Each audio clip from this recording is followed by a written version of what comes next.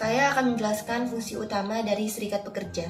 Jadi, fungsi utama serikat pekerja adalah untuk mewakili kepentingan anggotanya.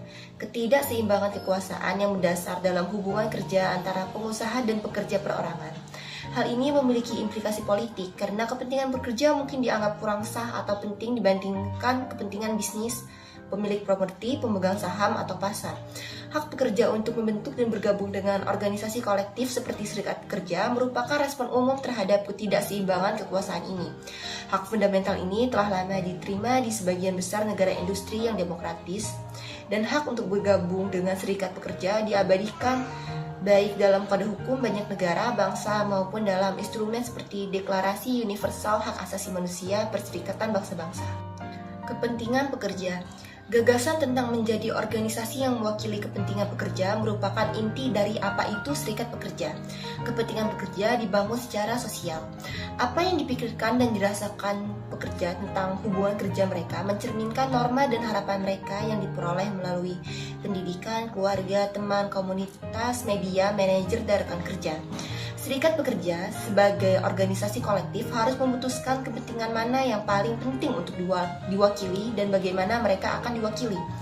Pemimpin dan pejabat juga memberikan pengaruh pada kepentingan yang diwakili oleh serikat pekerja.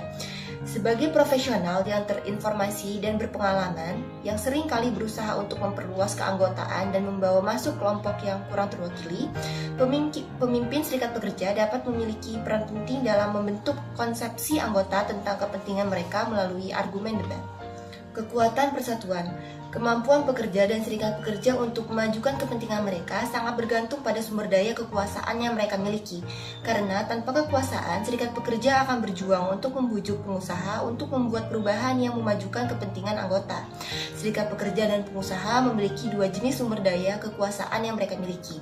Yang pertama adalah kekuasaan koersif. Kekuasaan koersif adalah kekuasaan yang memaksa seseorang melakukan sesuatu karena mereka takut akan konsekuensi jika tidak melakukannya. Yang kedua adalah kekuasaan legitimasi. Kekuasaan legitimasi adalah kekuasaan yang dimiliki serikat pekerja karena pengusaha menerima legitimasi representasi serikat pekerja dan peran tawar-menawar. Seringkali karena pemerintah memberi isyarat kepada pengusaha bahwa serikat pekerja harus diakui dan dilibatkan. Baiklah, selanjutnya di sini ada mengevaluasi kekuatan serikat pekerja. Jadi proporsi anggota serikat pekerja sebagai persentase dari tenaga kerja nasional, tenaga kerja di sektor atau industri tertentu, tenaga kerja di perusahaan-perusahaan tertentu, dan tenaga kerja di tempat kerja tertentu merupakan ukuran penting dari gabungan legitimasi dan kekuatan koersif serikat pekerja. Selanjutnya, Blanchflower dan Bryson pada tahun 2004 itu menemukan bukti bahwa kenaikan upah telah menurun di Inggris sejak awal tahun 1980-an yang menunjukkan hilangnya kekuatan serikat pekerja. Metode lebih lanjut untuk memperkirakan kekuatan dan pengaruh serikat pekerja pada dasar tenaga kerja adalah dengan melihat dampak serikat pekerja pada penyebaran atau ketidaksetaraan upah, karena serikat pekerja itu cenderung mengejar strategi perundingan upah yang mengurangi perbedaan upah, sementara pengusaha mungkin berkepentingan untuk mempertahankan atau meningkatkannya. Yang selanjutnya di sini ada mengenai kemunduran serikat pekerja. Jadi kepadatan keanggotaan itu telah menurun di hampir semua tingkat analisis, dan cakupan perundingan kolektif telah menurun. Sebagian besar serikat pekerja mengalami penurunan jumlah anggota, tetapi tingkat dan luas penurunannya tersebut itu sangat bervariasi. Serikat pekerja yang paling berhasil dalam beberapa tahun terakhir, yang seringkali melawan tren penurunan jumlah anggota adalah serikat pekerja. Selanjutnya, penurunan serikat pekerja ini telah menjadi ciri semua ekonomi industri maju selama periode ini. Sebagian karena perubahan yang menyebar luas dalam teknologi dan organisasi ekonomi. Namun, penurunan serikat pekerja lebih besar di Inggris daripada di negara manapun selain Amerika Serikat. Ini sebagian karena antara tahun 1979 dan 1997 pemerintah konservatif itu berturut-turut mengambil serangkaian keputusan yang melemahkan serikat pekerja. Keputusan ini diambil dalam konteks program politik yang dirancang untuk mendekolektifkan ekonomi dan masyarakat Inggris. Selanjutnya menjelaskan kemunduran serikat pekerja. Penurunan serikat pekerja di Inggris sebagian besar dapat dijelaskan oleh interaksi perubahan ekonomi, politik, hukum, dan sosial. Perubahan sekuler pada organisasi ekonomi mempengaruhi pasar tenaga kerja sebagian sebagai akibat dari perubahan pola perdagangan dan sebagian lagi sebagai akibat dari perubahan teknologi. Perubahan politik dan hukum mendelegitimasi serikat pekerja, melucuti sumber daya ideologis mereka dan membuat pekerja pesimis tentang kemungkinan tindakan kolektif yang efektif sambil mengekspos serikat pekerja terhadap kekuatan penuh perubahan ekonomi yang lebih luas. Perubahan politik dan hukum. Kemunduran serikat pekerja awalnya dipicu oleh resesi global pada tahun 1980. Hal ini berdampak parah pada mengelola ekonomi. Karena pekerjaan manufaktur hilang, banyak anggota serikat pekerja pindah ke pekerjaan sektor jasa alternatif atau menjadi pengangguran. Perilaku serikat pekerja. Jika kita melihat kembali pembentukan gerakan serikat pekerja di Inggris atau keberlangsungan keberadaan serikat pekerja dalam konteks sosial ekonomi yang sulit, kita dapat melihat bahwa serikat pekerja terkadang mampu bereaksi dan menanggapi lingkungan yang sulit, mengembangkan bentuk-bentuk baru serikat pekerja yang lebih beradaptasi dengan kondisi yang berubah. Selanjutnya, tenaga kerja baru dan perubahan lingkungan. Meskipun serikat pekerja optimis bahwa pemilihan partai buruh akan menciptakan konteks yang tidak terlalu bermusuhan, pada tahun 1977 akan ada pencabutan Undang-Undang Hubungan Industrial, Partai Konservatif yang merupakan strategi elektoral yang disengaja dan sangat diperebutkan partai buruh untuk menciptakan citranya menjadi partai buruh baru dan menerima banyak kebijakan partai konservatif. Upaya pembaruan serikat pekerja mencakup berbagai strategi untuk memperkuat peran serikat dalam menghadapi perubahan kondisi dunia kerja. Yang pertama adalah mengembangkan kemitraan dengan pengusaha. Menurut Ozenbright dan Brown 2002-2004, kemitraan ini memberikan manfaat bagi serikat pekerja dan pekerja, meskipun manfaat tersebut bersifat tidak berwujud, seperti meningkatkan kerjasama informal dan kepercayaan antara kedua belah pihak. Namun, kesuksesan kemitraan ini sangat bergantung pada komitmen pemberi kerja.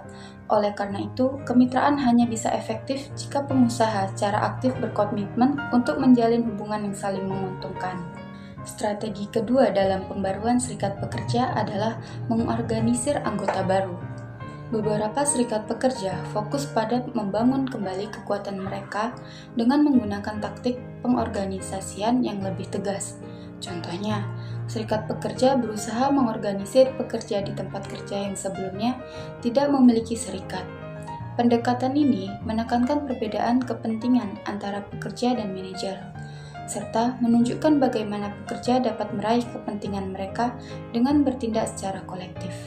Strategi ketiga adalah menyediakan layanan yang lebih baik kepada anggota serikat pekerja. Untuk menarik dan mempertahankan anggota, serikat pekerja harus memberikan layanan yang efektif. Pada tahun 1980-an dan 1990-an, serikat mencoba menawarkan layanan tambahan seperti kartu kredit dan diskon asuransi. Namun, upaya ini kurang berhasil. Penelitian pada 1990-an menunjukkan bahwa yang lebih diinginkan oleh pekerja adalah perlindungan yang nyata, baik secara individu maupun kolektif, sebagai layanan utama yang diharapkan dari serikat pekerja mereka. Penggabungan serikat pekerja. Penggabungan serikat pekerja merupakan salah satu cara untuk bisa mengatasi penurunan jumlah anggota. Meskipun tidak selalu berkaitan dengan pembaruan, penggabungan memungkinkan serikat untuk bisa merestrukturisasi dan menghemat biaya. Ketegangan dalam upaya pembaruan serikat pekerja. Serikat pekerja menghadapi tantangan besar pada 1980-an dan 90-an yang sebagian besar berada di luar kendali mereka, seperti perubahan ekonomi dan hukum yang tidak mendukung. Mereka berusaha untuk melawan dampak negatif ini dengan berbagai cara, tetapi hasilnya terbatas. Di dalam serikat terdapat dilema antara dua tujuan penting, yaitu melibatkan anggota untuk berpartisipasi aktif dan memastikan negosiasi berjalan dengan baik. Kedua hal ini harus berjalan bersamaan agar serikat dapat mewakili kepentingan pekerja dengan efektif. Namun, menjaga keseimbangan antara berpartisipasi ataupun partisipasi anggota dan koordinasi dari serikat tidaklah mudah, terutama karena anggota semakin beragam. Ketegangan inilah yang menjadi salah satu alasan mengapa upaya pembaruan serikat seringkali kurang berhasil. Kesimpulan, meskipun serikat pekerja pernah berhasil meningkatkan kondisi dan standar hidup pekerja, beberapa faktor telah mempersulit serikat pekerja untuk mendapatkan kembali legitimasi dan kekuatan. Faktor-faktor tersebut antara lain lingkungan yang tidak ramah, meskipun pengangguran menurun, pengangguran tersembunyi masih tinggi, inflasi rendah, dan pertumbuhan upah real yang kuat, sehingga pekerja memiliki sedikit insentif untuk berserikat. Lalu ada perubahan teknologi dan globalisasi. Kemajuan dari teknologi telah menghilangkan pekerjaan rutin dan meningkatkan persaingan pasar produk, sehingga mengurangi kekuatan serikat pekerja. Undang-undang anti serikat buruh. Aspek-aspek utama dari undang-undang anti serikat buruh, Partai Konservatif tetap berlaku membatasi hak-hak dari serikat pekerja. Lalu ada perubahan sosial. Pengalaman kerja yang semakin heterogen, terpecahnya komunitas pekerjaan dan privatisasi kehidupan sosial telah mempersulit serikat pekerja untuk bisa membangun dan mengartikulasikan kepentingan kolektif. Berkurangnya sumber daya ideologis.